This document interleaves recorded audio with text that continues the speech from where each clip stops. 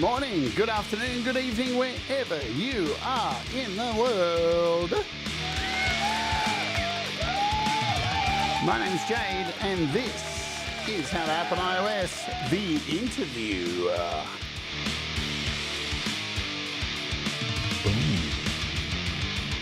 And today, my very special guest is Gordon Lee Weaver. And we're going to kick it off with one of his songs called Rock and Roll, Baby. Let's get it going.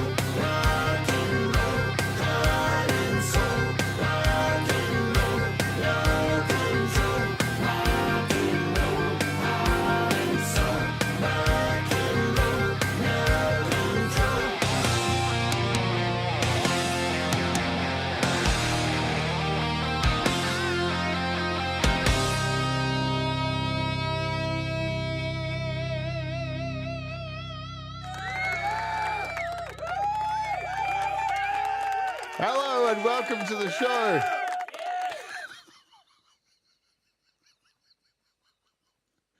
This is your fault, Jenny. This is how I'm clapping from today on.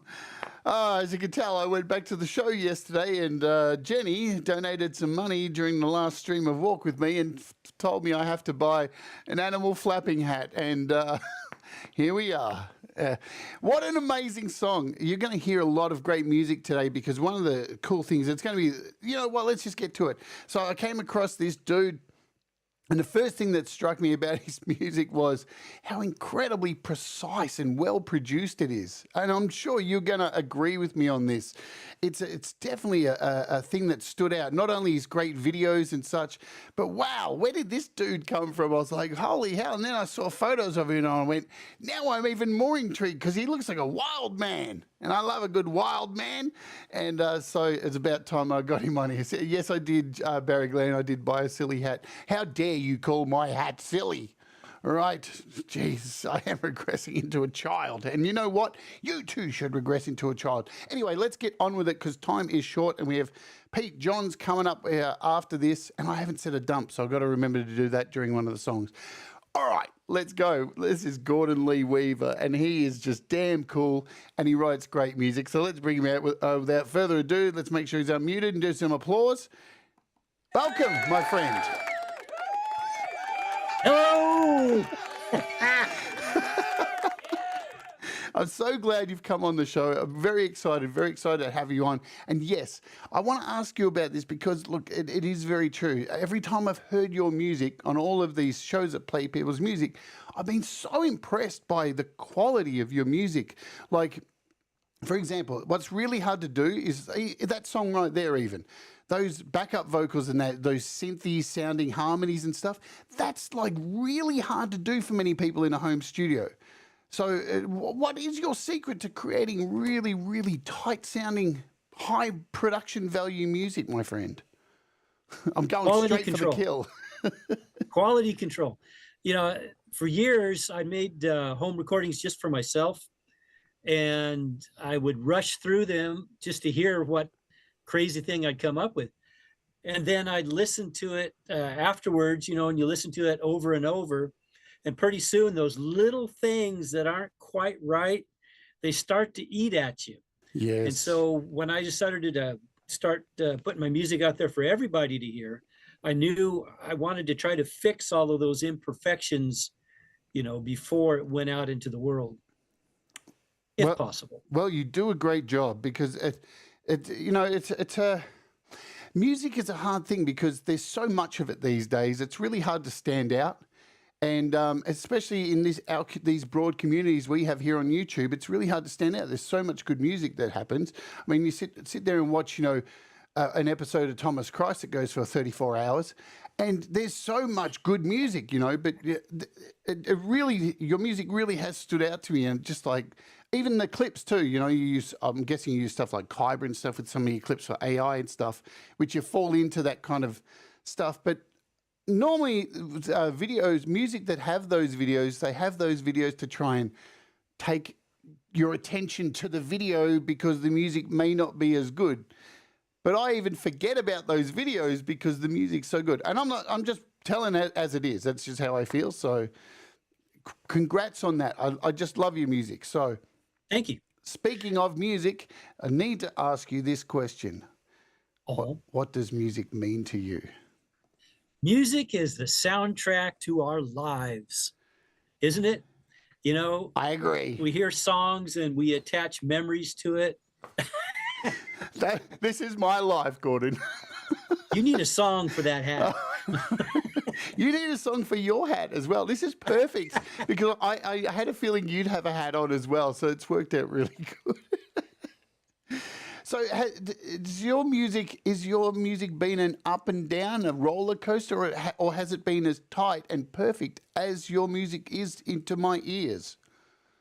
Well, like I said, for years, I did it for myself. I'd rush through it and it wasn't so good.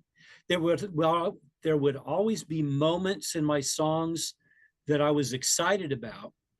And then the little mistakes, timing errors, things out of tune, maybe the mix was messed up. Those would detract from my enjoyment of it. So I knew that, putting it out for other people, I wanted to try to get rid of as much of that as I can because, for what it's worth, I listen to my songs a lot. I enjoy them. Yay. I love that. I love that. I hate when people say to you, I used to get this a lot when I was younger, like especially in the metal community. They go, "You don't listen to your own music, do you? What a wanker." I'm like, what is wrong with you? Why don't you listen to your own music? So what do you get from listening to your own music? Well, I write it for me first. Yes. What I want to hear, what I wish was on the radio. Perfect. So, Because do you still listen to radio?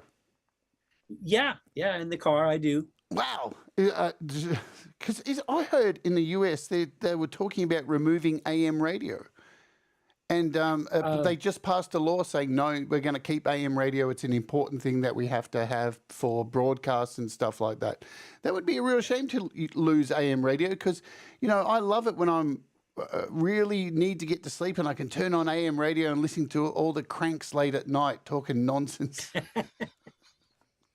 Is there a particular station you listen to or anything like that?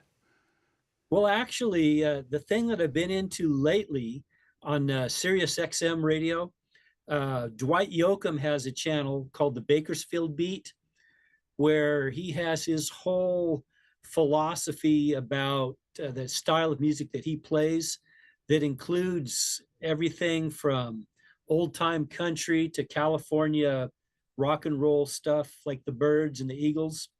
And so it's fascinating to hear him connect all these dots that you wouldn't necessarily think belong together. I'm interested, like this is one of the questions I've added to my first questions that I do now in the interviews, because do you think that new music is dead? Have we reached a point where new music sucks and there's nothing good that comes out anymore? There is good stuff, but you have to really search. It's out there, and I love that. Because that's my argument as well. I've been hanging out some other YouTube channels where the conversation keeps coming back to new music is dead.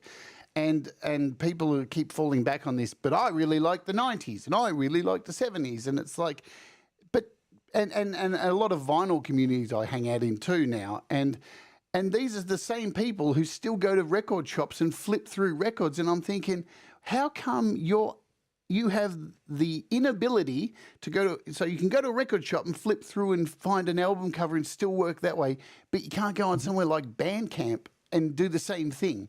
Because there is still awesome music out there. Do you think people have got lazy when it comes to looking for music? I don't know if it's laziness. It's, I'm an old guy. So, when I was listening to the radio in the 70s, that was the good music to me. There was a period there, for me, it peaked at about 1973, where I thought there was just lots of great music. Now, what gets played on the mainstream is not so great these days, in my opinion. Yep. But again, I'm going to be partial to what I grew up with, For sure. I mean, regular pop music, you can, but do you think it more so it's just that regular pop music's always sucked on the radio? Well, I'll tell you, even when I listened to radio a lot, and as a child, there were times where I would listen to the radio for 4 or 5 hours at a time. Yes. And waiting for my favorite song. And, 90% of what was played, I was just waiting, for the good stuff. Yeah, Casey so it's Kasem. Always been that way. Casey Kasem would be like, we would get that broadcast here in Australia, and I would stay up and listen to the whole thing and get to that. It was always the top 10 songs that you were just waiting for. Everything else was just, can we get on with it? And I'd sit there with my little tape recorder getting ready to hit play and record so I could get the latest track without having to buy it. Good times. And that brings us to this question. Do you recall the music that was played in your household growing up as a child and that your parents would play? And who were some of those artists? And did they scar you, or have you gone on to continue listening to them? Who were some of them? Get comfortable, folks. Okay. So the world that I was born into, my parents listened to the radio and records a lot. And the things that they enjoyed, I learned to enjoy just as much. And it was artists like Johnny Cash, Johnny Horton, Johnny Rivers. Don't ask me what the Johnny thing is. A lot of Johnnies. But also the Beatles. My mom had an Elvis record, that greatest hits record she liked to play.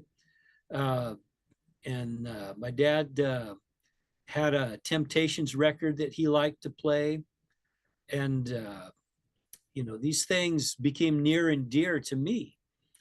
Uh, and then, as I got older and I'd get to choose what I was going to listen to on the radio, then, well, I didn't really get to choose because we lived in a little small town.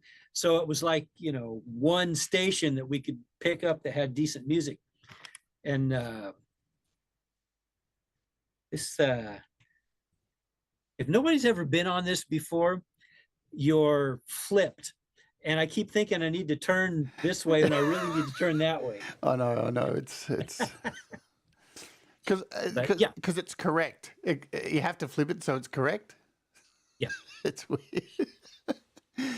The struggles of coming on this show. The pain is real, folks. So if you're going to come on here, be prepared for pain. So now, out of this music, so all the Johnnies.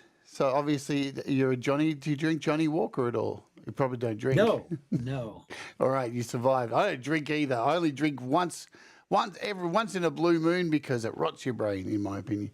But do you remember the first album that you were given as a gift and purchased with your own little Gordon Lee Weaver pocket money?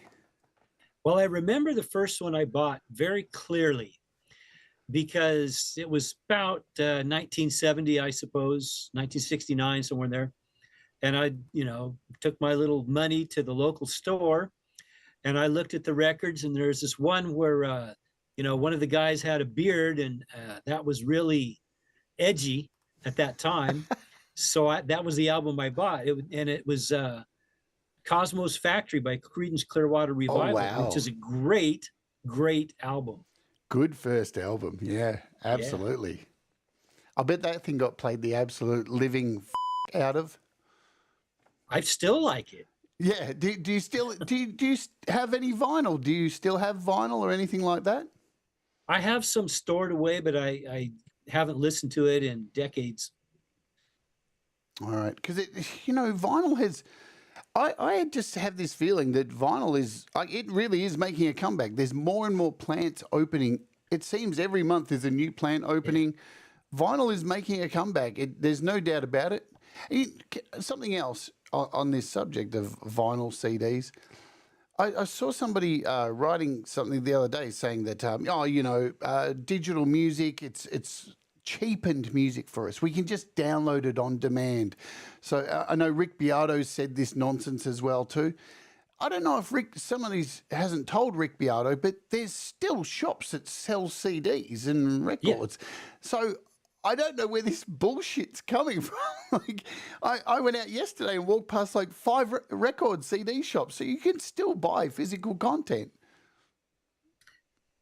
Well, but like the local record shop here, if you go in, there's the amount of the store that is devoted to music is about maybe 1/10 of the floor space.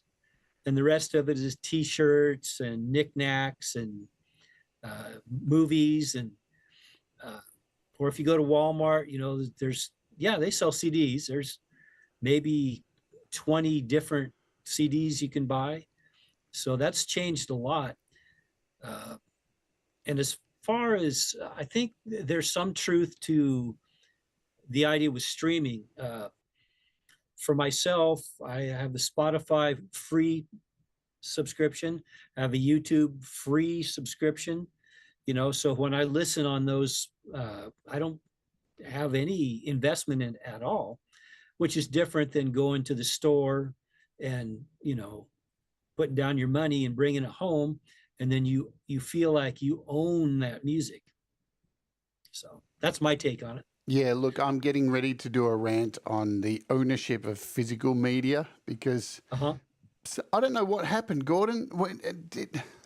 When somehow, I think we all got swindled.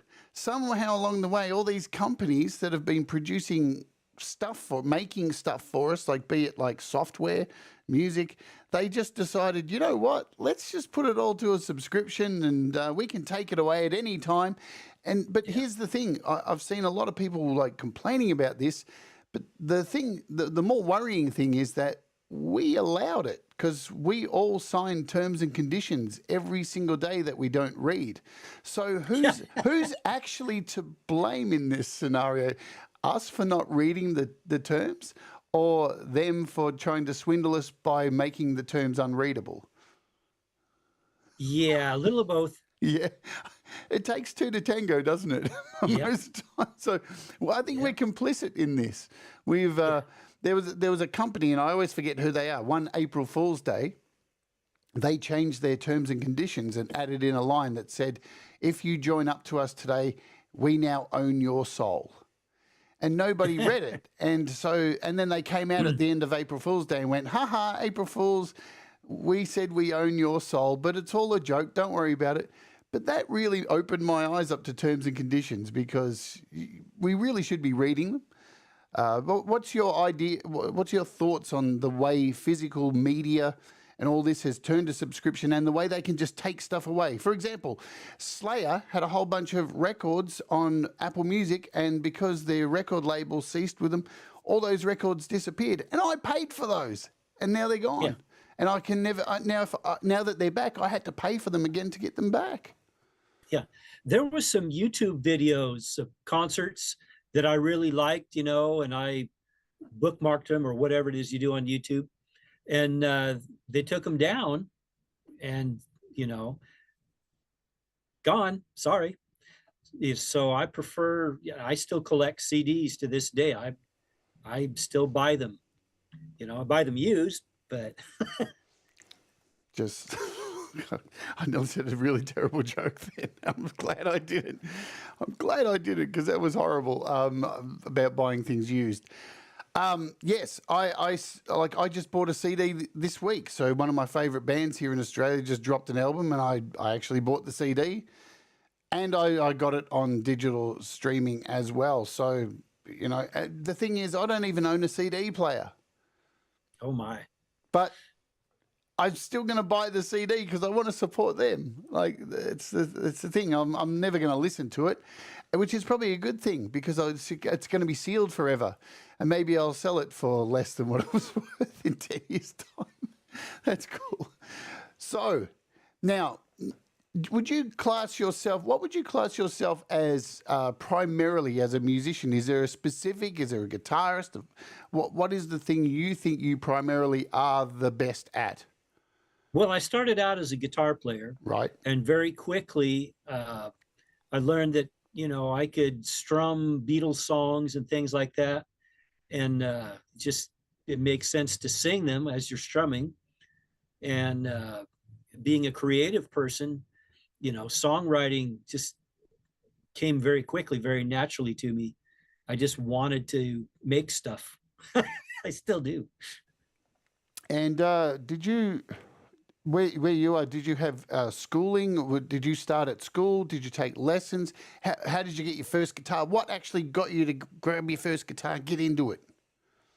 Watching a classmate, one of the local kids, he got up on the cafeteria stage at lunchtime in high school, and he had the school's guitar amplifier, and he had his own electric guitar. He plugged it into a big muff and decided, he was going to entertain everybody. And at that point in time, I think the way I thought of music was just as songs, and I didn't pay much attention to, who did what part. But hearing that electric guitar and the energy of it, the excitement in that sound, I was like, that's great. I want to do that too. So then I went home, and my dad had an old lap steel guitar and a little amplifier. I'd heard my friend play Smoke on the Water. Do you know how terrible Smoke on the Water sounds when you're trying to play it on a lap steel? Especially when you can't hit the pitches. Now I want to hear that for real. Why is it I love awful sounding stuff? I don't know why. So your friend, now I got into it the same way. I had a friend who had a guitar, and I was jealous, and I thought to myself, but I was a bit different. I looked at it and went, I reckon he sucks. I reckon I can be better than him. I was driven by jealousy. So now, did you ever? So here in Australia, we have music. We had music lessons all the way through both primary school and tertiary or higher education, whatever you want to call it. And they made all of us in primary learn the recorder. Every one of us, yes. And, you know, it was good for me in the future in the industry I chose to work in for a little while later on doing that. Oh, So, of course, that's where we're going. See, were you forced to at any time learn a recorder, a flute, or anything like that? yeah. You know, our school had a music program, and you know, when you start out first and second grade, you're just singing songs with everybody, and then you get up to a certain age, and yes, everybody gets to buy the little plastic recorder, and we called them flutophones. You know, and that's was the common name for them. I That's don't know. awesome. That's so cooler than recorder. And then about a year later, you know, they have an actual elementary school band, and you know, the guys come from the music store, and you know, he puts a clarinet in my hands, and he says, "Here, you know, this is blow into this end of it." He does all the fingering, so it sounds great, you know, while I'm just. He says, "You're a clarinet player." I'm like, "No, the girls are clarinet players. I don't want to be. I want to be a trumpet player." You know, like all the athletes. I don't know how that is they do. So, you know, did that. And this teacher we had was great. He would play different kinds of things for us. He played some classical music for us, and you know, things like, of course, I can't remember right now, but it was interesting music. It was stuff that would catch your ear and cause you to go, "Oh, well, there's more out there than just what I hear on the radio or you know, whatever records are being played." Now, did they give you like a list of songs you would have to learn for this kind of thing? And were there? Do you remember that list? I love these kind of things because we had to do. It sounds like we went to very similar schools, so music was very much in my life at school, and I loved getting the list of songs because there was always at least 5 that I hated, and now as a 52-year-old, I love those songs. Well, I honestly don't recall all of that. Right. You know, there was, you know, 5 or 6 songs that we would be working on, and at some point there would be a concert where we would play those songs at maybe some kind of holiday thing or something like that, you know, where the general public would come in and clap politely for the children playing music. I love that stuff. Let's play a song. We're at our 30-minute mark. Let's play another song. We're going to play a song track called Learn to Live Together. So we'll play it and then we'll come back and we'll get your thoughts on it. As I've said many times, I used to ask people, what's this song about? And I kind of stopped doing that. Instead, I kind of ask how it was made now because, you know, people have ideas of what songs mean to them. And sometimes when the artist comes on and goes, "Oh, it's about this," it shatters the dreams of the people who love your songs. So we don't want to shatter people's dreams. So this is Learn to Live Together. You ready, folks? Let's do it. Boom.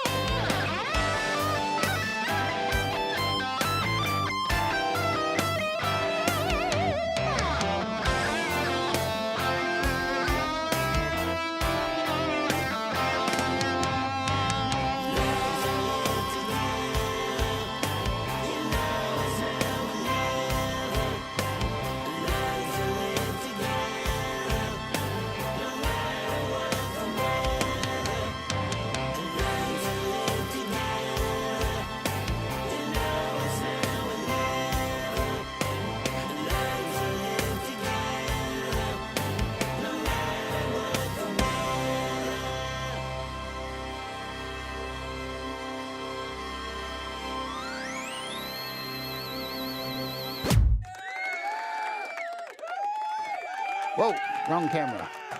2.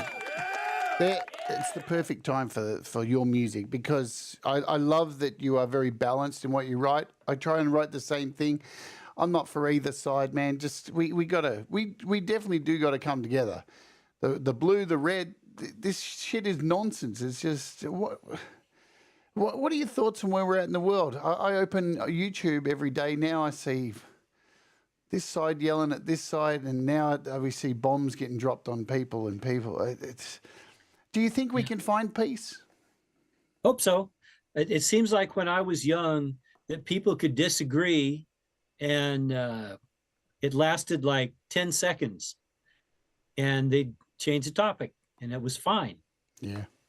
You know, and now people disagree and they hate, you know, people unfriend in real life, unfriend people just because of what they believe is the right way to go about things.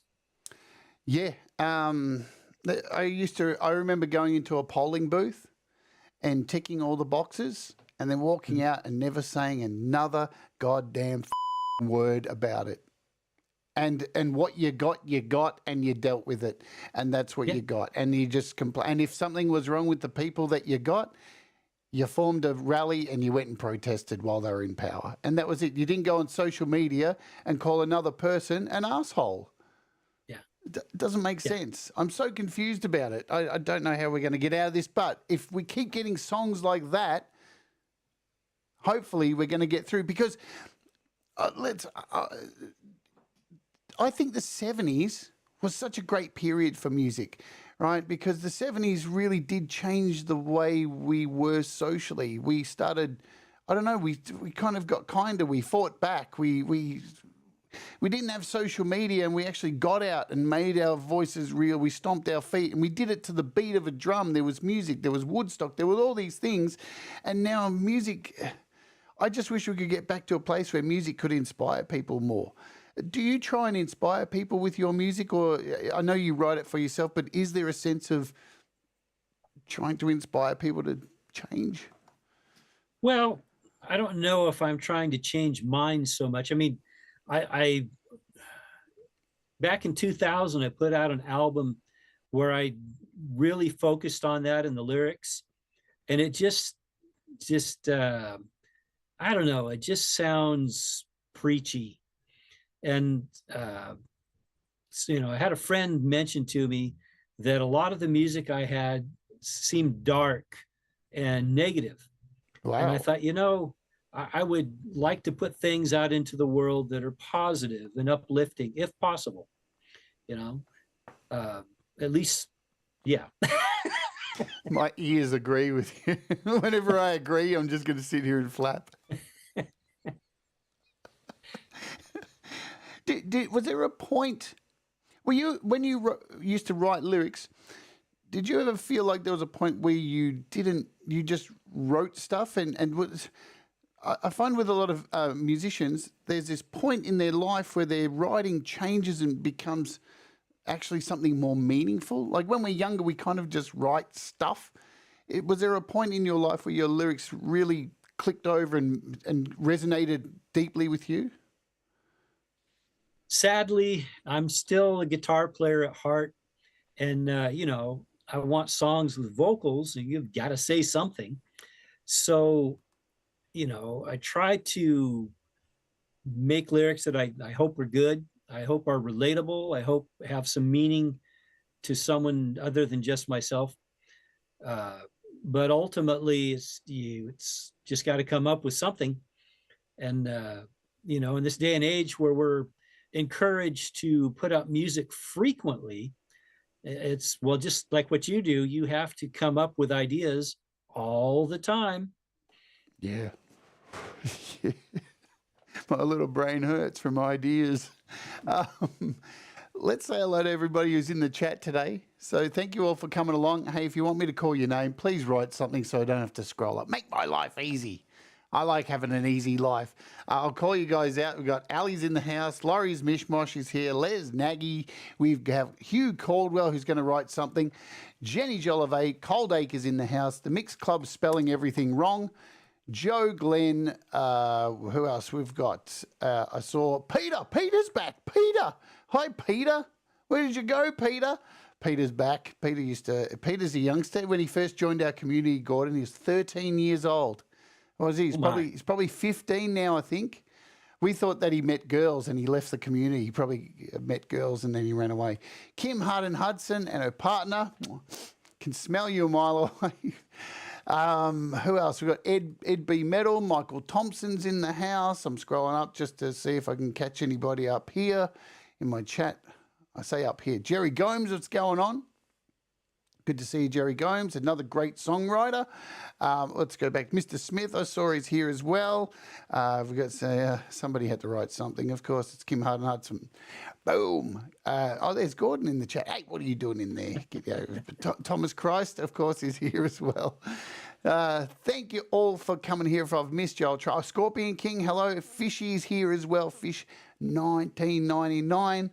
What a good year. So thank you all for hanging out. If I've missed you, I'll try and catch you up during the rest of today's broadcast. So, recordings. Now, did you, when you were younger, did you have access to a recording studio, or did you, from an early age, create your own way to make music? What's the story of early home recordings for you? Here we go again. Yeah. So, I started playing a guitar when I was 14 years old, and started accompanying my guitar with my voice, and wanted to create my own songs and figure out how to record them. I had a little stereo system that my parents had given me that had a cassette recorder player in it, and so I could plug into that. And then I got the bright idea that I could buy a second cassette recorder outboard and hook them up and start bouncing tracks. And then I kind of encouraged my dad to get into stereos, and he bought a reel-to-reel that had, and then I had a cassette player and a reel-to-reel that both had mic line mixing, so that you not only can bounce tracks, but add things to it on the fly and build up tracks that way. And then later on, I purchased a 4-track cassette recorder. And then later on, I purchased an 8-track cassette recorder. And that's what I put out my first album with. And then after that, I graduated to a Roland VS880, which changed my life, and put out a CD with that. And then I graduated to a 32-track outboard digital unit. And then in about 2019, I finally switched over to computer recording. So going by that, it seems like you've been doing this home recording thing your whole life. Have you ever been into a studio and paid an engineer and gone and done, or has it all just been you? Yeah, when I was a young adult, there was a guy who he was putting together a studio, and it wasn't really a professional studio, but he had a separate control room and a separate tracking room. And the tracking room, the way he did the acoustics in it was just mind-boggling, because it was very close to an anechoic chamber. Oh wow! And you walk in and you feel like you can't breathe. It's a weird feeling. I tried to build my own vocals booth here with kind of what the material you've got. No, a bit different. So with packing blankets and poly piping. And it looked so good, and I followed the directions, found it on YouTube, and it was amazing until the day I went in it and tried to sing and realised I'm on a 3rd floor and it's summer in Australia, and I reckon I lost about 20 kilos in that thing, singing for about an hour. I couldn't breathe in there. It was so weird. Yeah. I tried to make a closet into a vocal booth. Same thing. It gets hot here where I live.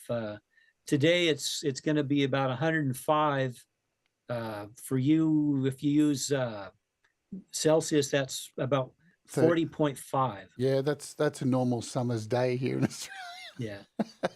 Yeah. And, you know, you don't want to be shut up in a closet very long under those conditions. No, it's yeah, as Thomas Crow says, you built a sauna. I did. I built a sauna, a singing sauna. It was, and I dismantled it not long after, but I actually kept the panels. So I have one of the panels here. They work better as panels. So, and who would have known? I'm not going to suffocate now. I find it very, very cool that you went through this whole journey of learning the craft yourself. So I'm guessing along the way you've made a lot of mistakes. Has there been any recordings that you've made that you have, like, do you have a collection of recordings that you would never let anybody hear? I wouldn't mind letting people hear them. They probably wouldn't enjoy them that much. Yeah, I would probably enjoy it more than they would. That's interesting that you say that, because I don't agree. It's always the songs that we hate, I feel, that people seem to gravitate to and go, oh, that's a really good song. Why haven't you released that? And inside, your organs are shrinking as they're saying it, going, I fucking hate this song. Well, two things about that. I've got one project I did that's just on cassette. And it was kind of a point in time where I said, you know, I think I'm actually good at this. And those songs on that project, they're good songs. That the lyrics sometimes are a little bit cringy, but you know, I've thought about, should I redo that, put that out into the world today? But on the other side, you're talking about the songs that, you know, aren't necessarily palatable to yourself. I put my first album out and had one song that was like comic relief. It was a song called Your Hair Has Fleas. Yeah. And, you know, I sent the album to the local radio station where they played local artists. And guess which song they played on the radio? It's always the way. What is it? What is it about that phenomenon? It's so weird. Like, as soon as you say, as soon as you record an album and put a song on there that you go, this is just filler. Yeah. It's you've put a stamp on it that this is going to be the one everyone gravitates to. Why do you think? Why do you think that is? Is there logic behind this? Is it? Can you rationalize this for us all here today, Gordon? I can rationalize anything. When I was, there was a time where some friends of mine and I got together and we decided that we were going to make music that was just parodies, just making fun of other genres of music that we would not normally play. And what happens is you relax into a state of complete creativity. There's nothing you can do that's wrong because you're not trying to do anything right. And a lot of those, you know, silly things, you listen to them and you go, that's actually good. We were trying to be stupid. So I think that has something to do with it. Yeah, I agree with that. Your inhibitions drop.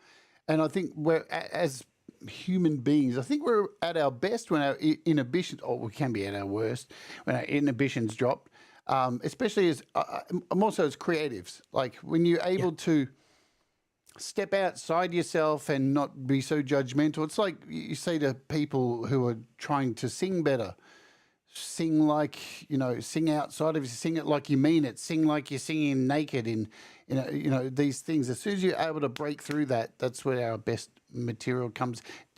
Do you have a way to, when you're performing, because I know a lot of people suffer with things like red light fever, even in home studios, you hit that red light, start recording, then it all just falls to shit. Do you have a method yourself to be able to get a good performance out of yourself when you're hitting that red light? No. You're just a natural, yeah.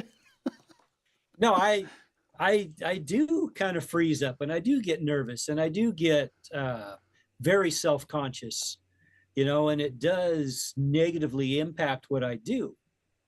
It's just thank goodness for being able to comp tracks, because you wouldn't believe how many takes I do on some of this stuff. Well, I want to know now how many takes. So you're a comper. Oh yeah. Yeah. Do you use how do you comp? Because I know there's still a lot of people out there don't even know what comping is, and comping there's different ways of comping as well. You can do multiple tracks, or you can do layers of tracks on top of the one track. How do you comp your stuff? Well, for instance, on a lead vocal, what I will do is I will sing the thing, and I'll keep eight. Depends on the part, 6, 8, maybe a dozen takes of a song where I'm singing, and then I go back through and carefully listen to little sections, and you have to find places where there's a little bit of silence where you can cut things. And so you line up all these cuts, and then you listen to that one little section each take, one at a time. And sometimes you have to listen to it quite a few times, because invariably the first time I listen, they all sound identical. And I think, what is the point of this? But then as I listen more and more carefully, I go, oh, well, there's a little different inflection in the vocal on this one, or the pitch is a little better on this one. And, or maybe the way I've pronounced the word is a little more clear on this one. And you start to, hear those differences, and you select that one, and then you move on to the next section and repeat. Now, I'm a big advocate of. I did a rant. All right, did I do a rant on it? I can't remember. I've done so many rants on when you're recording. The takes are the most important thing, and mixing is really important. Forget compression, all this stuff, all this flair that you put on. If you can't get a decent mix out of just the takes, then you're fucked. Like you're already working uphill. Now, do you work by that methodology as well too? Because as I said in the beginning of the show, your mixes are very clean, and all your takes seem very clean. Are you a bit of a perfectionist with your takes, getting your levels right, and all that stuff? Well, I try to get it right, but I think, like for instance, with a lead vocal, I use just ridiculous amounts of compression. Sure. And it's layered. I might have, in the mixing. Well, actually, now I compress my vocals and tune them. That's part of it too. I use Melodyne these days. I used to use Waves Tune to go through and just make sure everything's at least in the right ballpark, and try not to overuse it to where you can hear it, but it's on everything. And, now when I'm doing that, I'll actually go through about 3 different compressor plugins and a limiter plugin and a de-esser plugin, and then convert that to an audio track. And then when it comes to actually mixing, I'll probably have another stage or 2 of compression in the mix. And then I'll have a what do you call it? A bus for the vocals, because a lot of times I have a separate track for the verse, the chorus, and the bridge. And those might be processed slightly different to what I feel is ideal for that performance in that section of that song. And then I might have another stage of compression and limiting and de-essing on the bus. So there's a whole lot of compression going on there. Sure. Yeah, I remember the first time I was in a studio and had somebody really use a lot of compression on my vocals, and because I really didn't know what it was, and he used it's on this Peppertoe album I did, and holy shit, the difference! It really made the vocals pop in that album. And ever since, what he did on that album, I paid attention to, and I try and recreate it these days. And speaking of Melodyne, another regular guest I have on here, Mike Enjo from Creative Source. I have him. He's on here now once a month, and we talk about a subject. He did a fantastic video this week on Melodyne. If you haven't seen it and you use Melodyne, you should go and check it out, because he really focused on the subtleties of Melodyne and how to, because I mean, it is important. Now, you say you use it, and I hear a lot of people out there going, oh, tuned vocals. We're not talking T-Pain. We're talking just, it's because it's in the simplicity and the slight tweaks that you do that really make a difference. Yeah, to me, the difference, listen to it without the tuning and with the tuning software, is not obvious, except that somehow it just sounds a little better. Just a little. Yeah. Just sounds like you were in the moment, you were hitting it on the, because, you know, again, we are human beings, and, you know, some days you open up a door and you go, today's the day I'm going to sing this song. And your body says, no, you're not. That's not going to happen. You didn't get enough sleep last night. You drank too much you haven't been drinking enough water. And your body says no. Yeah. When that happens to you, because it happens to all of us, do you fight through it, or do you just go and find something? How do you cope in that kind of situation? Well, that varies.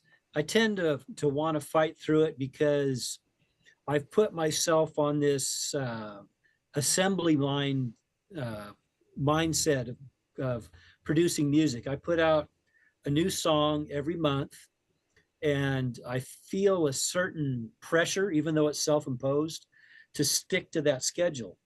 And so sometimes I feel like, you know what, I need to get this done today. And other times I might have more time, and I might say, yeah, I'll redo it. And sometimes I make that decision later on.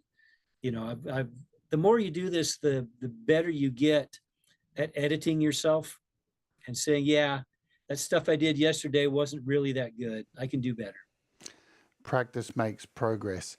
How has that journey been, taking on something like that? Because you seem like very similar minded to me. I will sit here and look at my channel and go, you know what? I'm going to do a series where I do this. And then I get 3 weeks into it and go, what have I done? Have you reached that point, or has it got easier as you've gone along releasing a song a month? Well, I've gotten more efficient at what I do. Right. And, you know, and part of that also is learning that some of my grandiose schemes don't really work the way I would think. You know, I think, well, I want to have, 12 different counter melodies going at the same time, and nobody can hear them. When you get ready to mix that stuff, you have to make choices about, what's going to get buried and what's going to be on top. And I'm learning, less is more. Yes.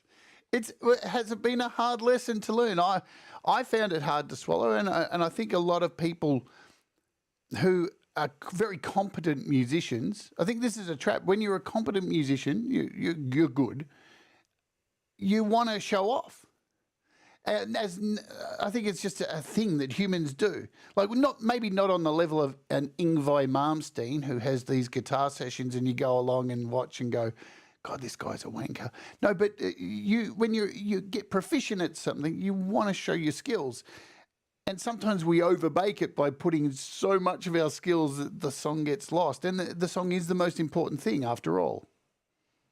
Yeah. Being a creative person, there is this desire to always do something more different. And that can get you into this territory where there's just too much going on at once. So how long have you been doing this month challenge? I started that in September of 2022. Wow. Holy shit. That's a long time to be doing it, and you're still doing it, aren't you? Yeah. Yeah. Can I talk about my process? Oh, please do. Take the So, stage. like I said, it's an assembly mind kind of mindset. So what I do is I do 10 songs at a time. I think of it as an album, even though I'm going to put them out as singles because that seems to be what the world accepts nowadays. So I start out coming up with usually chord changes or guitar riffs. That's the first set. And then I'll add a drum beat to that and figure out a bass line and maybe some other instruments I fill in there. And then I take that music and I do this step for all the songs at once. So, for a week or two, I'm just a guitar player coming up with riffs. And then I've got a little MIDI drum controller that I tap out my beats on. And so, for a week or two, I'm just a drummer, percussionist. And then when it comes time to write the lyrics, then I am a lyricist for however long it takes to come up with all the words for those 10 songs. And then I go sing them. And so for a period of time, however long it takes, I am a vocalist.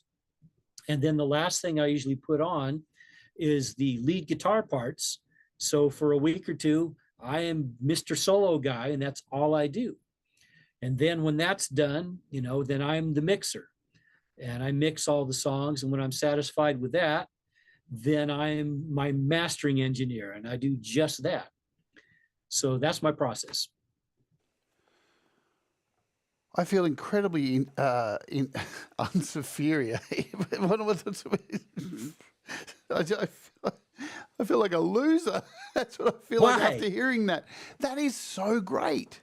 I've never heard anybody talk about it that way before. But it makes sense. Like, it makes complete and utter sense. I mean, this is the problem that we have as home recording artists, is that we've got to be the vocalist, we've got to be the drummer, we've got to be the mixer. And this is where the pressure gets added on top and people give up and get a song done, which is part of the reason why Pete started Songtember, because we end up, now many of us who've got GarageBand or whatever it is, we've got all these projects called Project 235, Project 150, and we've all got them. And I think it's part of this trying to take it all on and to do all the parts. I love this. I think this is fantastic. This is something I'd like to try myself. What a wonderful idea. Yeah, and part of it also, in order to accommodate the release schedule I want to do, is I have these things in inventory. I've got, for instance, right now, I've got the songs for the next 5 months. They're finished. They're completely ready to go. They're copyrighted, and the only thing I have to do is upload them. Wow. Well, that's the end of the show, folks. Thanks for coming.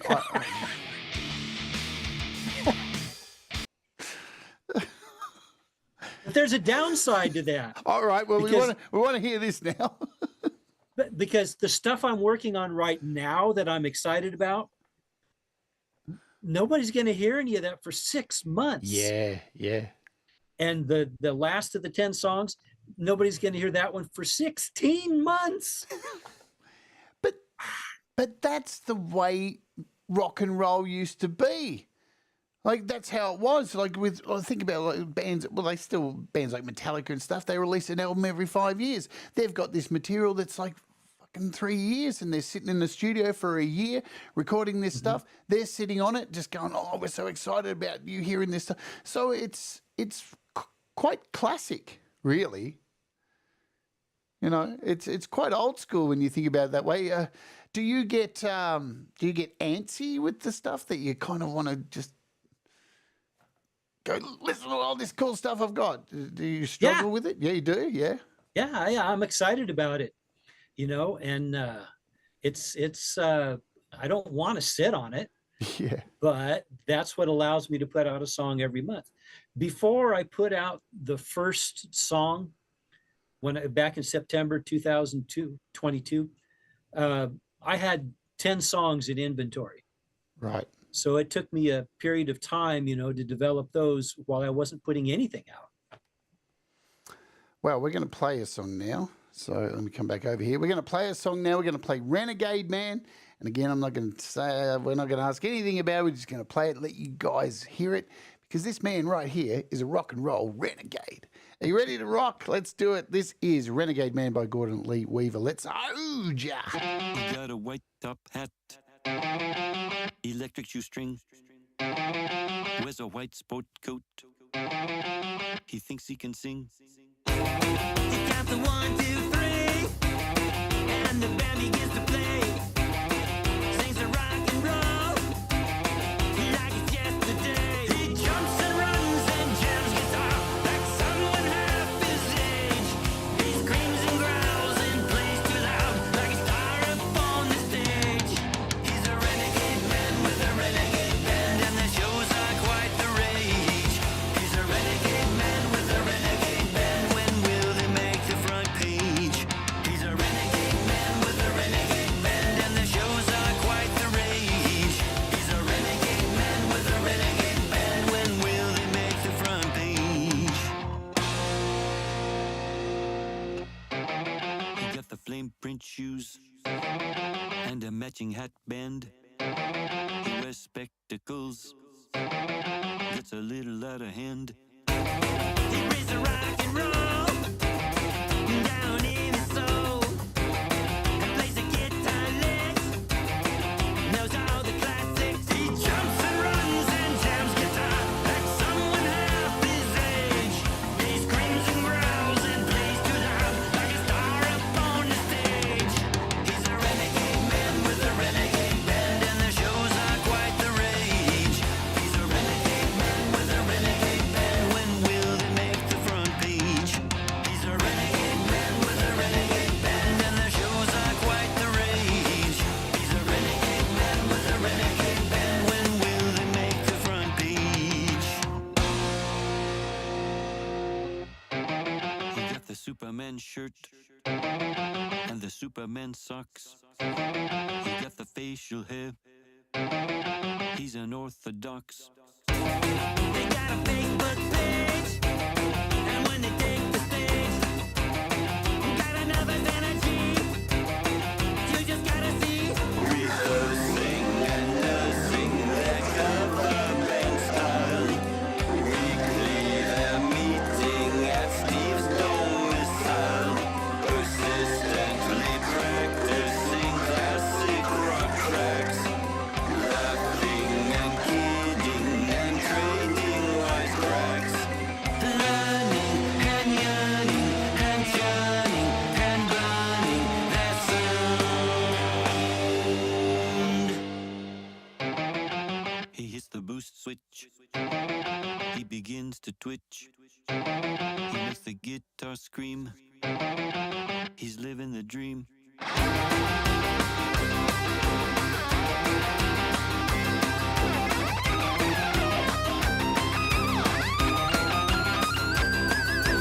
jumps and runs and jams guitar like someone half his age. He screams and growls and plays too loud like a star up on the stage. He's a renegade man with a renegade band, and the shows are quite the rage. He's a renegade man with a renegade band. When will they make the front page? He's a renegade man with a renegade band, and the shows are quite the rage. He's a renegade man with a renegade band. When will they make the front page?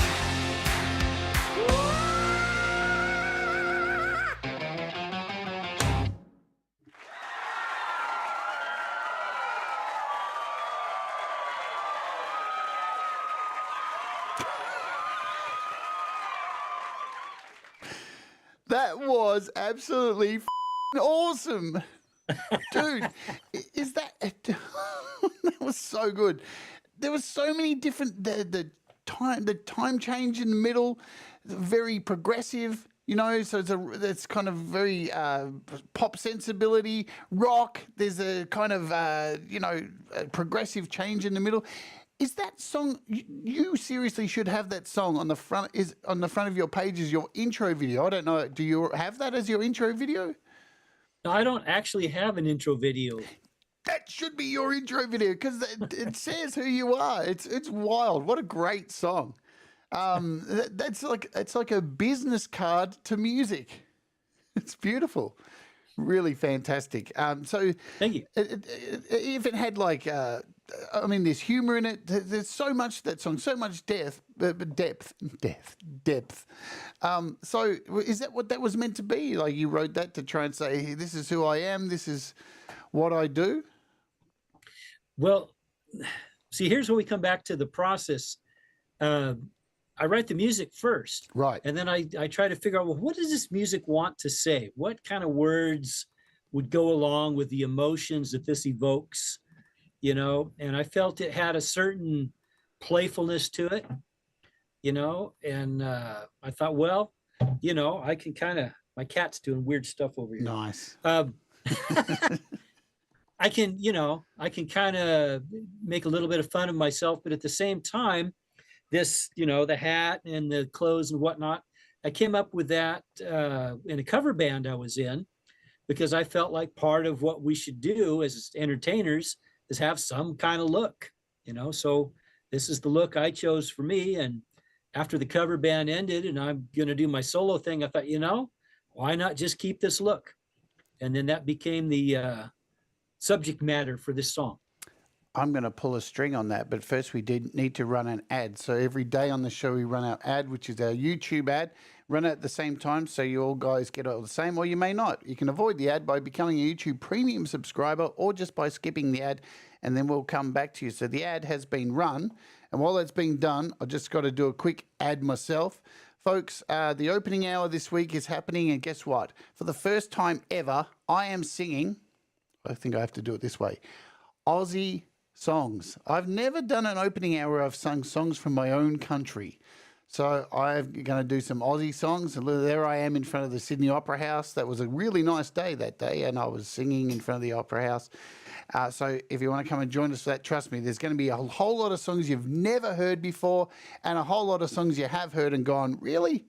They were Australian? Well, I didn't know that.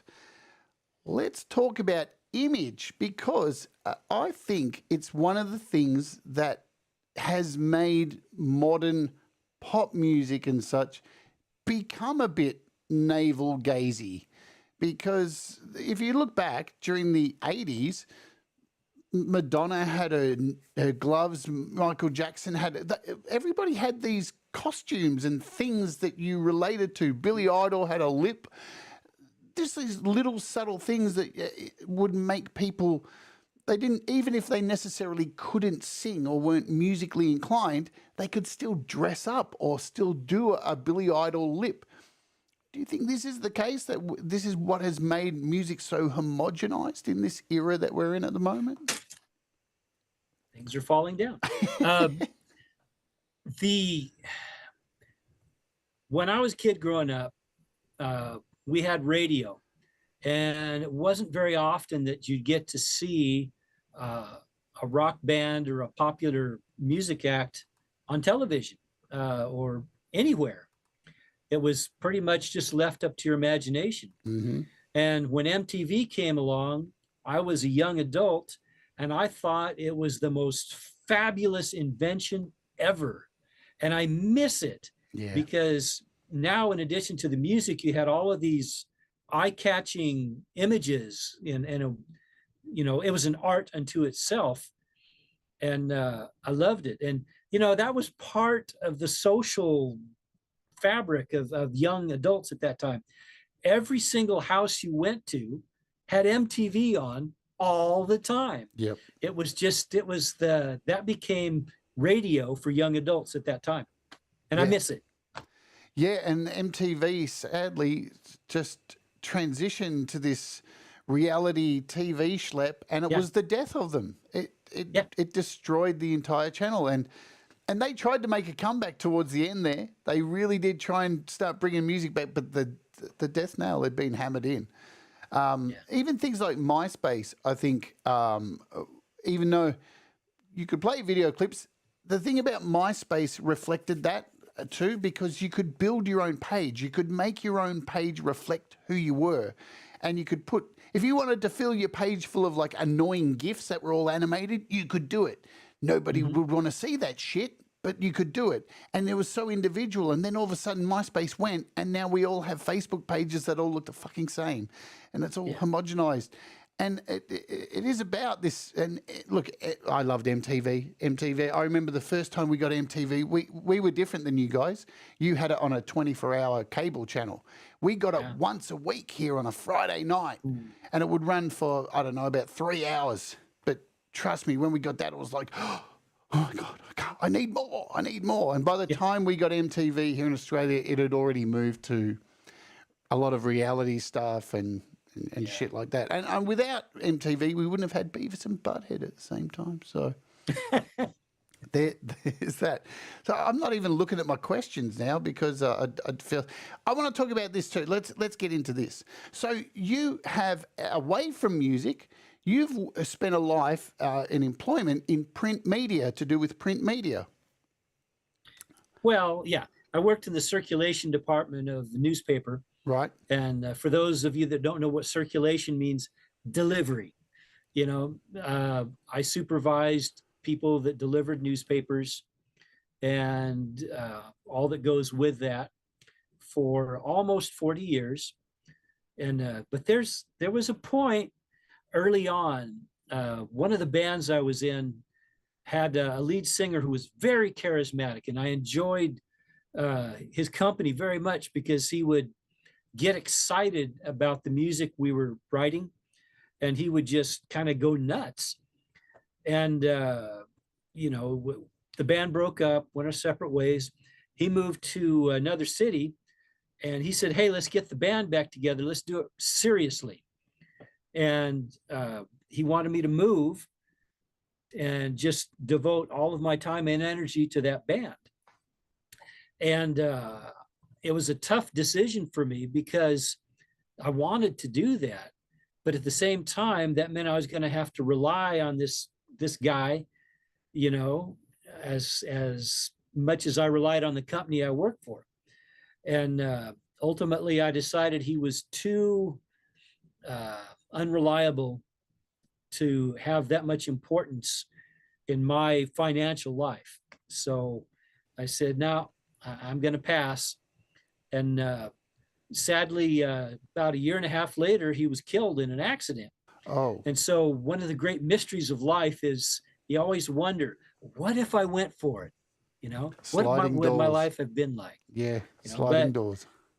You know, 40 years later, the choice I made allowed me to be able to afford to do what I do now.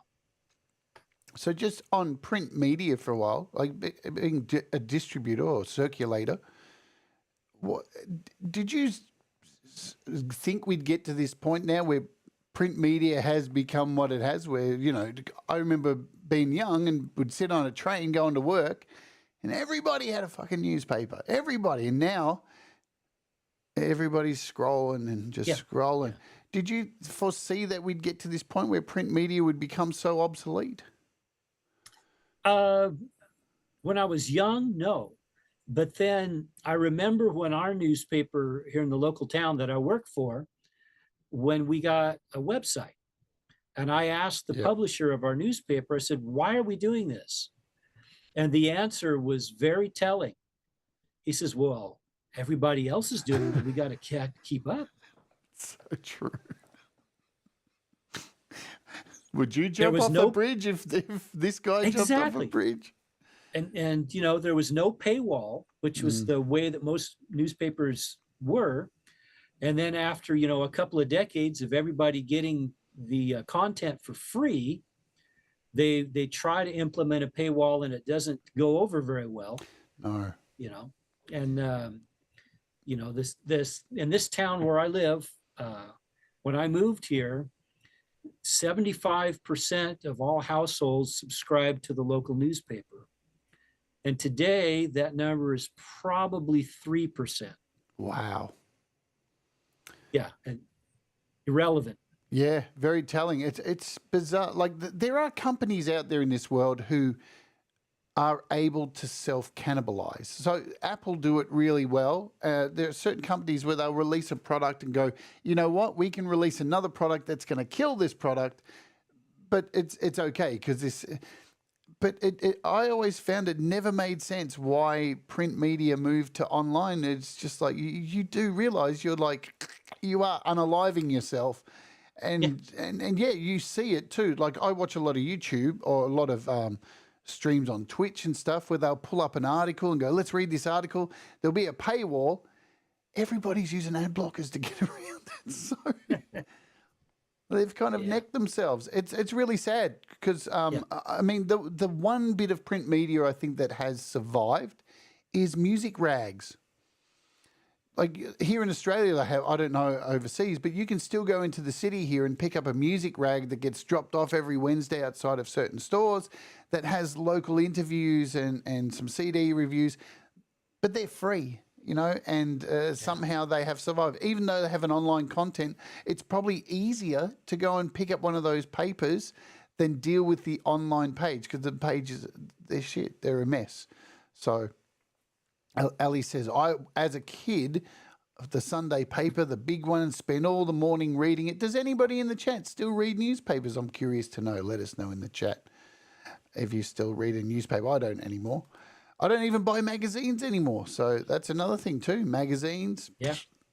When I was a kid, computer game magazines, you'd buy your magazine, get your codes and all this stuff. Do news agents even exist? I don't even I don't know. Well, actually, the local newspaper here has given all the delivery responsibilities over to the post office. And the newspaper no longer employs or contracts with anybody to deliver except the post office. And also, as you know, the industry declines, they've had to consolidate things. And for instance, we have one press that prints newspapers for about, I'd say, a dozen different cities in this region. And so most of the newspaper companies don't own a printing press anymore. Wow, that's so telling, isn't it? Yeah. It's interesting too because we tend to, I was watching a video the other day on the 30-year rule, how everything comes back into style after 30 years. This was focused on music, but I mean, you can apply it to a lot of things. Who knows? I mean, there really could be a resurgence of print media when everybody gets fed up so much with the internet and the circles that we've created with social media, that, you know, these closed groups where everybody's in their own echo chambers. Maybe, I don't know, it's a hard thing because we have presidents now who are telling everybody not to trust anything that's written. And, you know, what can you write? Are you allowed to write anything, or is everything just untrustworthy? It's hard to navigate through journalism now. Yeah. And, you know, that's caused a whole other phenomenon where media companies have decided that it is in their best interest to choose a demographic, and that is generally decided on political boundaries, you know, and that's going to be the people that they're going to service. Yeah. And they're going to give them what they want, rather than in the old days where they were presenting to everybody and they felt the need to try to be balanced and tell the truth, rather than, you know, inadvertently becoming a propaganda outfit. I find this stuff really interesting. There's an app, and I forget what it's called, you can get, which gets all of the articles and puts them all into one app. And when you click on the article, it then gives you all the other articles that have been written about that subject, and it tells you the media bias of each company that's written it. So I forget what it's called, but a lot of YouTubers promote it. And I've just subscribed to it, and I find it really fascinating to see the slants from the same fucking story. And occasionally you'll find a media outlet that is completely unbiased somehow, and you go, oh my God. So you know what? And normally it's a little bit of both. from either side. That's ground news. That's it. Thank you for helping us out with that. But yeah, normally it is a little bit of both. They're just focusing on cutting out the stuff they don't want you to know each side. But it's normally if you read both of them, you go, all right, so it is a bit of both. Let's be real about it. So, and you know, the sad thing about all that is it's depending on what media people consume, they perceive a different world. yes. It's crazy. You know, we disagree on things that ought not even be political. Yeah, well, man, why does it's so bad now at the moment. If you go on and anywhere online and even write something like, I like Cocoa Pops for breakfast, somebody is sitting there on the internet with their fingers on the keys, ready to turn it into a political argument. Yes. And it's like, it's fucking breakfast cereal. Please let me enjoy my cereal. Like it doesn't mean anything. I don't care. It's so bizarre. It's so bizarre. Anyway, I don't want to focus too much on that because it gets people upset. But so you wrote this album, this point of view album. Oh dear. Do you go back and listen to this album, and does it still give you the same excitement as when you first put it out, or do you look at it as like, oh, do you cringe at some of it and to what you're doing now? Well, lyrically, I cringe big time because at that point in my life, I was an atheist, and now I'm a Christian. And I wrote those lyrics from the perspective of not believing in God, and from the perspective of a human being their own God. And so I cringe a lot about that. As far as the music goes, I'm very proud of it. I think it was a huge step for me to have a music that sounded good and is interesting. So it's a mixed bag. I'm just bringing up your Apple Music thing here. Give me a second. I'm trying to get myself on camera there so I'm not just leaving you stranded alone there. I hate doing that to people. Here we go. Should have had this prepared. So here is the original album. We want to go this camera there. So now all of your stuff is available on Apple, Spotify, all the streaming services. All the links, folks, are down in the description. So this is the first album, and here's all the rest. So you've just released this song in September, Dear Friend, and you've got all these singles here. So a lovely bunch of singles on here, my friends. So go and check all of that out. Now this one, Saga of the Stranger. So before we get to this, so you retired in 2020. But you didn't retire, did you? Because now you're a full-time musician, producer, doing a song a month. My whole life, I wanted to be able to do what I do now.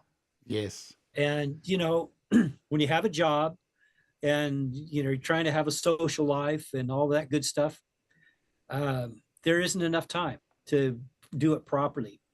So, yeah. The other thing is, I was very aware of the fact that there is this phenomenon that when people retire, if they are defined by their employment, they lose purpose and they die. Literally. Absolutely. Look, retirement is one of the most baffling things, I think, in my mind. To work all this time and then gather enough money to survive and then be too old to do anything. What a absolutely ridiculous concept. Ridiculous. So, but I'm with you. Like what I'm doing here on YouTube now, it almost feels like this is what I wanted to do my whole life. I get to make music. I get to talk to amazing artists. I get to do so many cool things. I went out yesterday and filmed with the media. I do all this cool stuff. And this is the dream. And is it possible would you say to anybody out there that if they want it, just they can make it happen? Well, I mean, you know, tough one. reality, you know, you got to pay the rent. Yes. And if you don't know how to do that with just music, don't quit your day job. Sound advice. I want to say something about Yes. that Saga of the Stranger album, Sure. because this is something that I guess is a cautionary tale. I started on that in 2000 and I didn't release it until 2020. So you know what that means? I got stuck. Yeah. And some of it was gear related. I thought I could upgrade my system and do some things, and the technology didn't work. And then part of it was perfectionism. When I put out the Point of View album, I spent unbelievable amounts of time mixing that. I mean, it took a year to mix. And so, you know, I felt this heavy weight of perfectionism on me. And I didn't apply it at the right time. When I was tracking stuff, it was not done very well. And, you know, if you don't have good source material, you can polish and polish and polish, and it's still ugly. Yeah. You know, and also it was again the problem with the grandiose ideas. I thought that you know, I wanted to have 6 rhythm guitars all playing distinctly different parts at the same time, and it's a mess. It is. It's, you know, but when I retired, I felt like I have to get this thing out of my system. You know, I'm going to finish it and be done with it. You know, I don't know why I felt that way, but I did, you know, so yeah.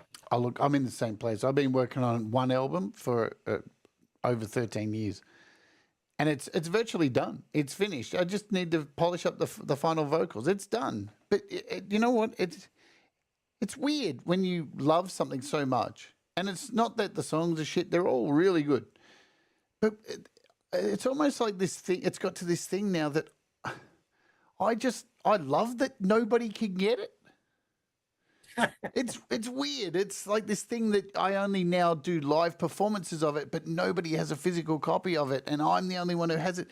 It's like this greedy thing, and I don't know. It will come out, but I don't know, because I'm still releasing other music outside of it. Like, I'm still putting out music, but that one thing has become this, like, it's almost here, but you just can't have it. It's still mine. I'm just not ready to let it go. Anyway, that's a besides the point. Let's play this song because it's called In My Dreams, and you know, it's good to have dreams, folks. Dreams, they become reality. And let's make this song a reality right now. Gordon Lee Weaver, In My Dreams. So Bright green stripes, chrome tailpipes, black is not sold on sight, slick and fast, turbo blast, chrome mag wheels, fat tire squeals.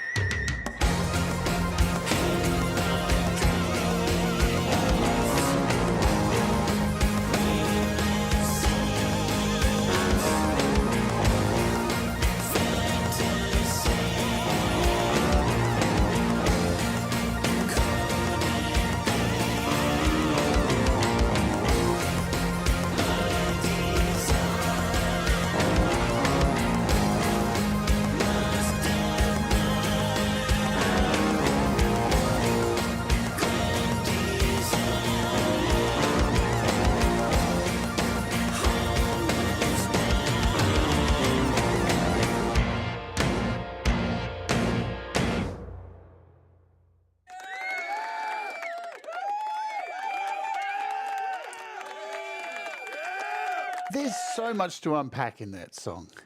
I hear so many different. I hear like Muse. I hear the Beatles in there. I hear classic rock. There's so much in there. There is a real Beatles kind of feel to. No, and I'm not saying you sound like the Beatles, but there just is that, I don't know, that sensibility. And now you say you're not a vocalist. I think your vocals are just. I just love what you do with harmonies. It's just beautiful stuff. Beautiful stuff. Well, thank you.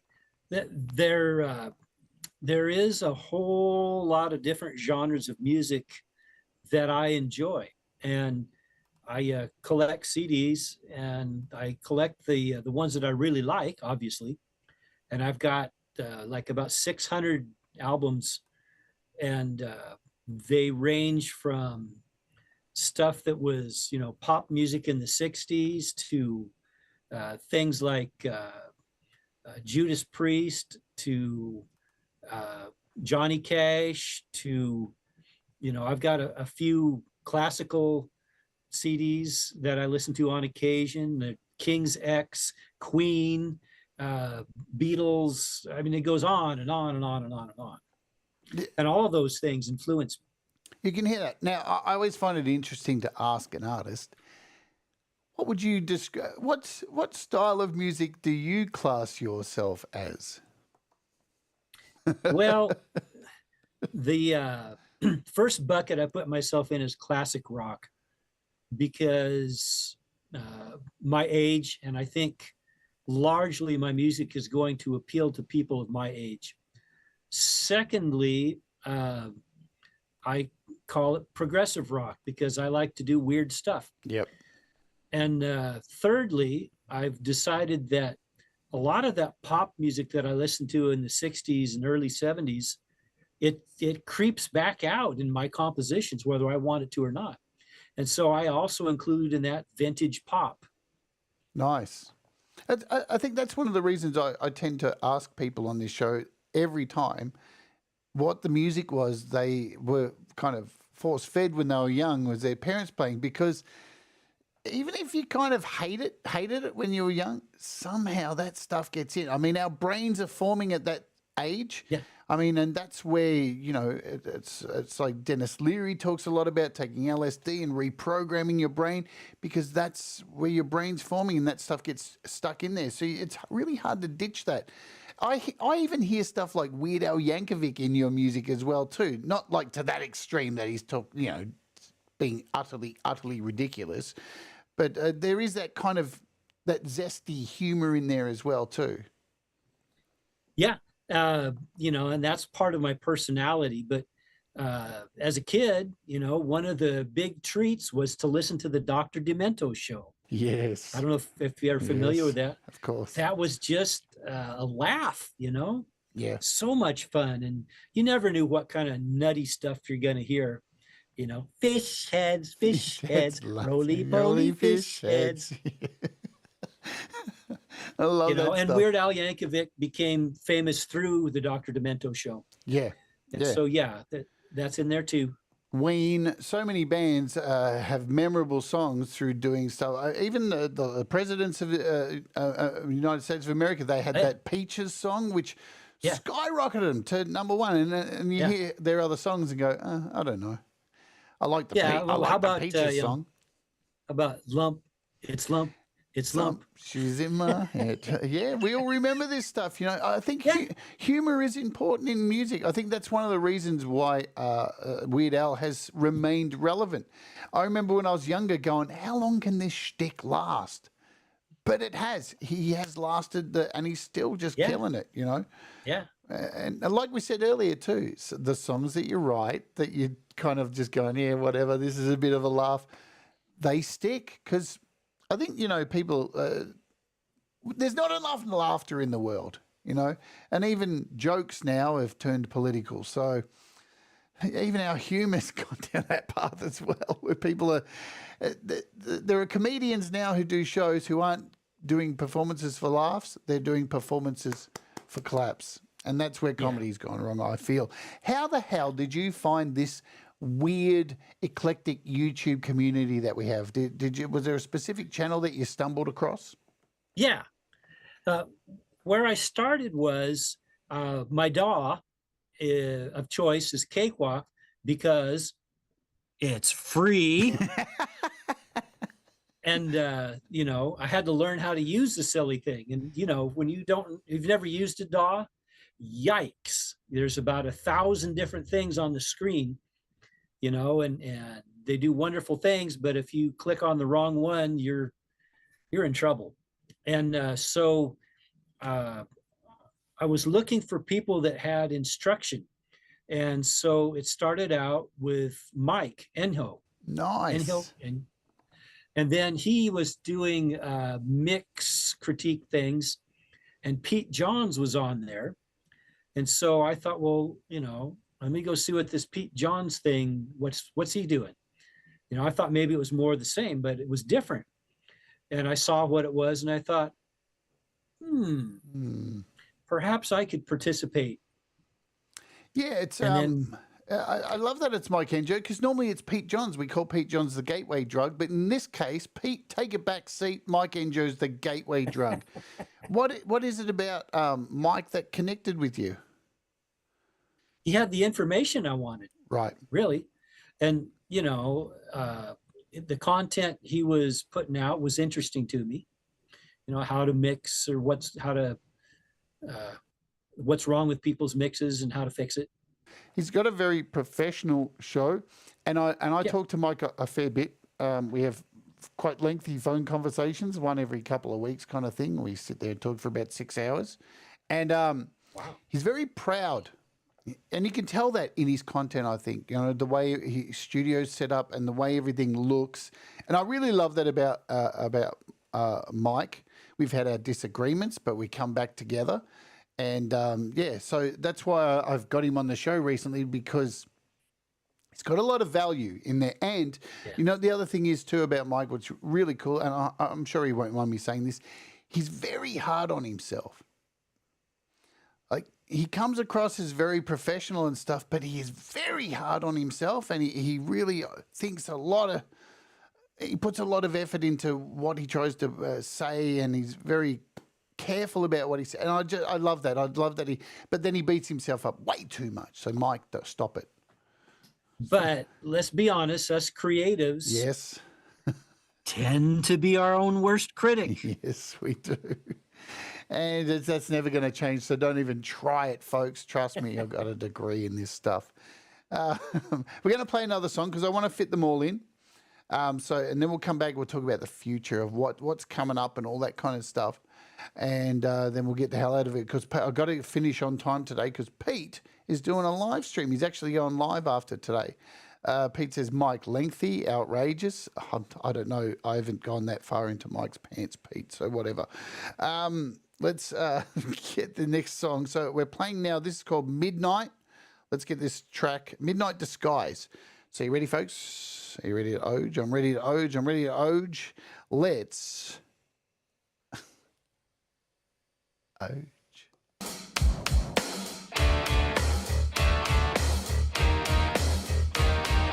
Just down my street, there lives a lady. People tell me never ever leaves her house until the sun has set and we are asleep.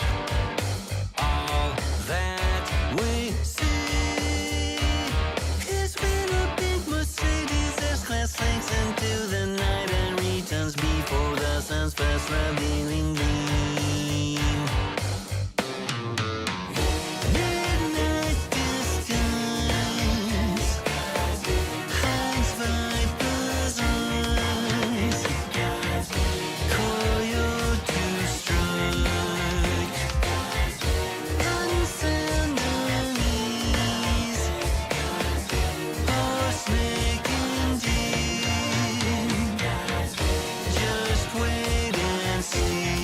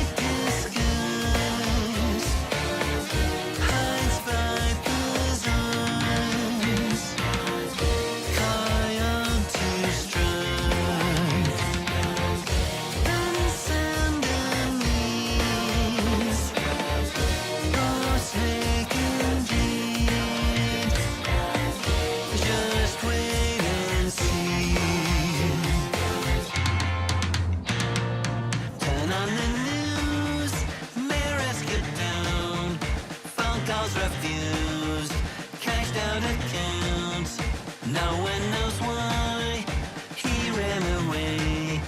Had secrets to hide. Whispers abound, something bizarre. Last seen he's found in a pink car.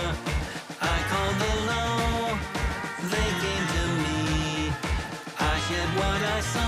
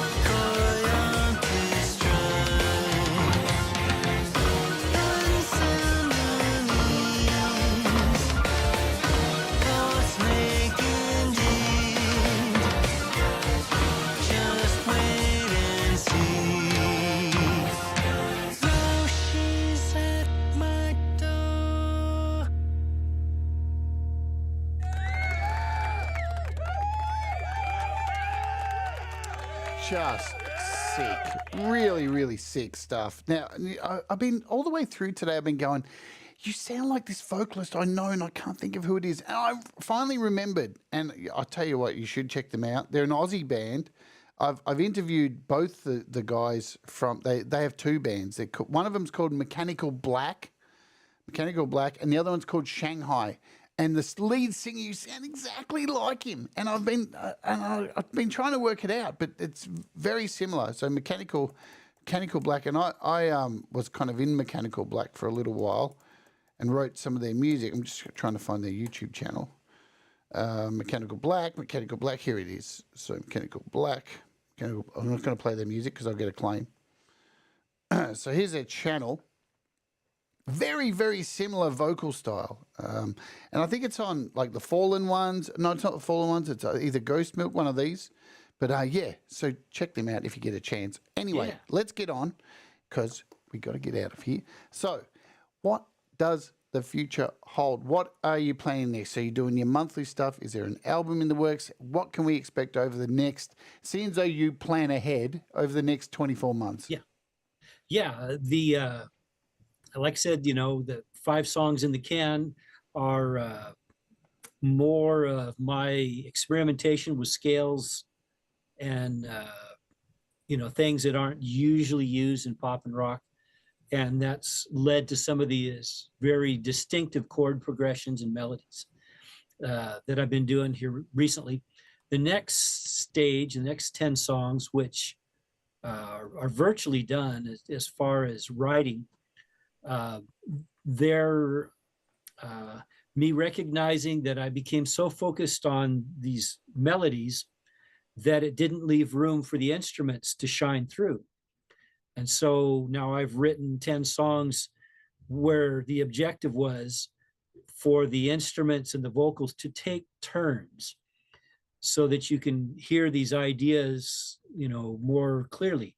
The more recent stuff, a lot of the cool stuff that's going on, well, if you want to hear the vocal, you're going to have to turn it down. So that's what's in coming up. And also trying to get a little bit more of an organic guitar sound, guitar rhythm sound, something that's a little more back towards rock, because what I've been doing with these melodies, which I attribute to Rick Beato, him talking about how music had become too simplistic and I thought, well, I tend to be a 3-chord guy myself, so what can I do to learn more? And so I went and got the information about this stuff, and in my organized fashion, I put it all in a spreadsheet, lots of these scales, and then I went through and figured out what are all of the diatonic chords to all of these different odd scales, and that's where this current set of songs came from. But the next set is kind of going back to a little bit more of my older style, but still mixing in some weird stuff here and there. Yeah, I don't think you can escape that. It's been a pleasure to hang out with a fellow weirdo, because I think, again, I've mentioned this on this channel so much. We need characters in music. We need weirdos. We need strangeness. We need something that Taylor Swift is great, but to me, she's just another chick. Like, it's probably why I don't identify with any of it. It's just a person I could see out and about. Like, there's nothing that stands out. And I'm not shitting on her music, because she's absolutely an incredible artist. And people, obviously, her music resonates with people. But I guess I'm old and I like having characters. Characters are important. Films need good characters. If they don't have good characters, I don't want to watch the film. Yeah. And I need that from my musicians. And again, when I asked you to come on, I'd watched a bunch of your clips and I say, oh, he's got a hat, he's got the facial hair, he's got a suit jacket. It's effort. And it matters. It matters that you put effort in. And I just love your music. And as Thomas writes here, look, if you haven't gone and subscribed, if you weren't subscribed before, where's this? Here it is. Make sure you get over here. Absolutely, I'm stealing Thomas's line here. Criminally undersubscribed. So seriously, folks, just go over, just go and stream his music, subscribe, leave a comment, get some engagement on there and do the right thing. I'm going to chime in with a little blatant self-promotion. Yes, please. I feel of the music that I've released since September 2022, I am proud of my catalog. There is nothing but good stuff there. You should be proud. And I'm so glad to hear that, because we, even our songs that we don't even like the most, it matters that we're proud, and because these, it takes a lot to write a song, doesn't it, Gordon? It takes a lot. Well, it takes a lot to it takes a lot to make it palatable. All right, I'll flap for you for that. All right. So we are going to get out of here. We've got one more song to play. I know I have to ask Gordon a question. I ask everybody who comes on the show the final question, which is so easy to answer. It's the same answer every time. If you were giving advice to somebody starting out making music, when would be the best time for them to start? Now. Perfect. It's just that easy, isn't it? All right, we're going to play our last song, and this is your latest song. I'm going to ask not what it's about, but how did it come about? Because obviously you've released it in September, but is it a Songtember song? Or is it just another monthly song? It's just part of the assembly line. Tell us about it. As with all of my songs since September of 2022, the music came first. And again, what does it sound like? What does it feel like? What kind of subject matter belongs with this music? And I thought that this did, that it had these qualities of a little bit of a tinge of sadness, and that bittersweet feeling of, when you've lost somebody that you care about, and you, at the same time, you're personally sad. You want to celebrate what was good about them. So that's where it comes from. Beautiful. All right, folks, we're getting out of here for today. Remember, this weekend, we're doing my Aussie hour. So if you want to come and join us, please do so. There'll be a couple of other videos I'll upload for demos and stuff, the update and stuff. So keep your eyes on this channel. As always, thank you for being supporters here on the channel. And thank you, Gordon, for coming on the show today and sharing a little bit about who you are. It's been an absolute pleasure to get to know you. Please stay on the line till the end of the show so I can say goodbye to you off air and all that jazz. All right. Thank you, Jade. Let's go, folks. Thank you for being here. And if you're watching, thanks to our audience who've chimed in so much today. And if you're watching on the replay, we love you too. If you've been lurking, we love you as well. This is the brand new track from Gordon Lee Weaver, Dear Friend. Do the things that make you happy. Mistakes make you better, and we'll all rise together. Stay awake, my friends. And as always, let's Oge.